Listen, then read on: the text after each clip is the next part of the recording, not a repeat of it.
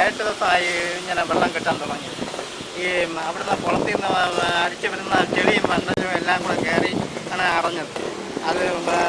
അതുകൊണ്ടുള്ള ബ്യൂട്ടി എന്ന് പറയണത് നമുക്കിവിടെ കിടന്നുറങ്ങാൻ പറ്റത്തില്ല. എന്താണെന്ന് വെച്ചാൽ കൊതുകും ഇഴജന്തുക്കളെ ശല്യം കൊണ്ട് സഹിക്കാൻ വയ്യ. അതുകൊണ്ട് ഈ വല്ലാത്ത അസുഖങ്ങളൊക്കെ പിടിപെട്ട് കൈ കാലൊക്കെ ഭയങ്കര ചൊറിച്ചിലാണ് ഈ കൊതുക് കടി കൊണ്ട്. അങ്ങനെ വളരെ ബുദ്ധിമുട്ടിയാണ് ഇവിടെ താമസിക്കുന്നത്. എത്രയും വേഗം ഇതിനൊരു പരിഹാരം ഉണ്ടാക്കി തരണം.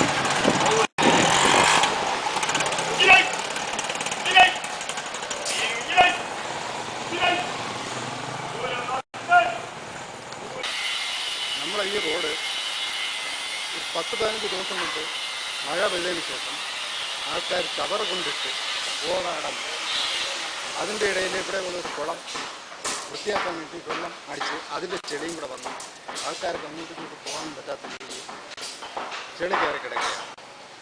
ഇത് ഏത് രീതിയിൽ വെള്ളം നമുക്ക് മാറ്റിത്തരണമെന്ന് എനിക്ക് പറയാനുണ്ട്, കൂടുതലായിട്ടൊന്നും പറയാനില്ല.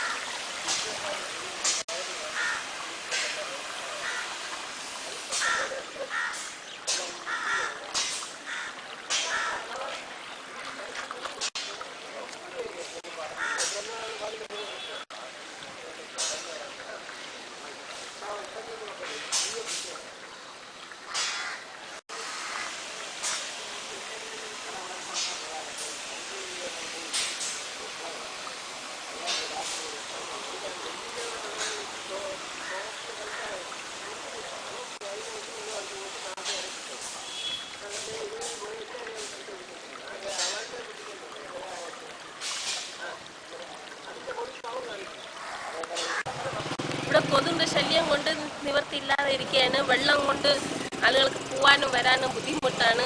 ഇത് എങ്ങനെയെങ്കിലും ഒരു പ്രതികാരം കണ്ടെത്തിയാലേ പറ്റുള്ളൂ. ഇവിടെ അസുഖങ്ങൾ വന്നൊക്കെ എല്ലാവർക്കും കിടക്കാനും നിവർത്തിയില്ലാതൊക്കെ രക്ഷയില്ല. അതുകൊണ്ട് എങ്ങനെയെങ്കിലും നോക്കിയേ പറ്റുള്ളൂ. ആളുകൾ പറഞ്ഞ് എല്ലാവരും കൂടെ നോക്കണം. കൊതു കൊണ്ട് അസുഖങ്ങൾ വന്നു ഇതൊക്കെ ഇരിക്കുകയാണ്. ചൊറിച്ചിലും കടിയും വെള്ളത്തിന് ഒരു പരിഹാരം കണ്ടെത്തണം. ചൊറിച്ചിലും ഒക്കെ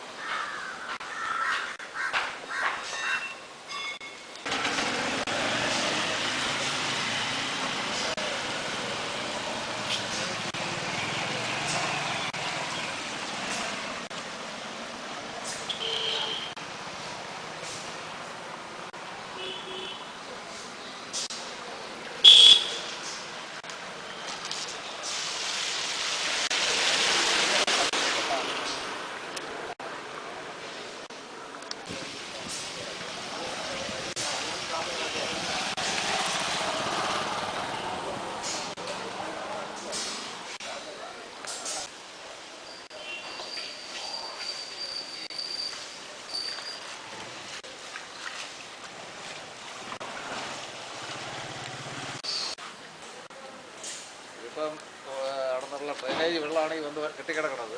ഇവിടെ കൂടെ പൊക്കോട്ടിരുന്ന ഓട അടച്ചു വെച്ചിരിക്കുന്നത് കാരണം ഈ വെള്ളം പോകാൻ നിവൃത്തിയില്ലാതെ ഇരിക്കുകയാണ്.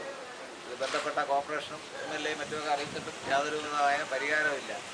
അസോസിയേഷൻ്റെ ഭാരവാഹികൾക്കും ഇത് അറിയിച്ചു. അസോസിയേഷൻ്റെ സെക്രട്ടറി ഒക്കെ ഇതിൽ ബന്ധപ്പെട്ടവരൊക്കെ വന്ന് നിന്നിട്ടല്ലാതെ ഇതിന് യാതൊരു പരിഹാരമില്ല. ഇത് കാരണം പകർച്ചവ്യാധി, കൊതു ശല്യം, സാംക്രമിക രോഗങ്ങളൊക്കെ പടരുകയാണ്. സ്കിന്നിൻ്റെ അസുഖങ്ങൾ ഈ അടുത്തുള്ള സമീപ പ്രദേശങ്ങളിലുള്ള എല്ലാ വീടുകളിലും വ്യാപിച്ചുകൊണ്ടിരിക്കുകയാണ്. അടിയന്തരമായിട്ട് ചെയ്യാനുള്ള നടപടി ബന്ധപ്പെട്ട അധികാരികൾ സ്വീകരിക്കണമെന്നാണ് ഞങ്ങൾക്ക് പറയാനുള്ളത്. ഇപ്പം 2-3 ആഴ്ചയിൽ കൂടുതലായി വെള്ളം ഇങ്ങനെ കെട്ടി നിൽക്കുകയാണ്.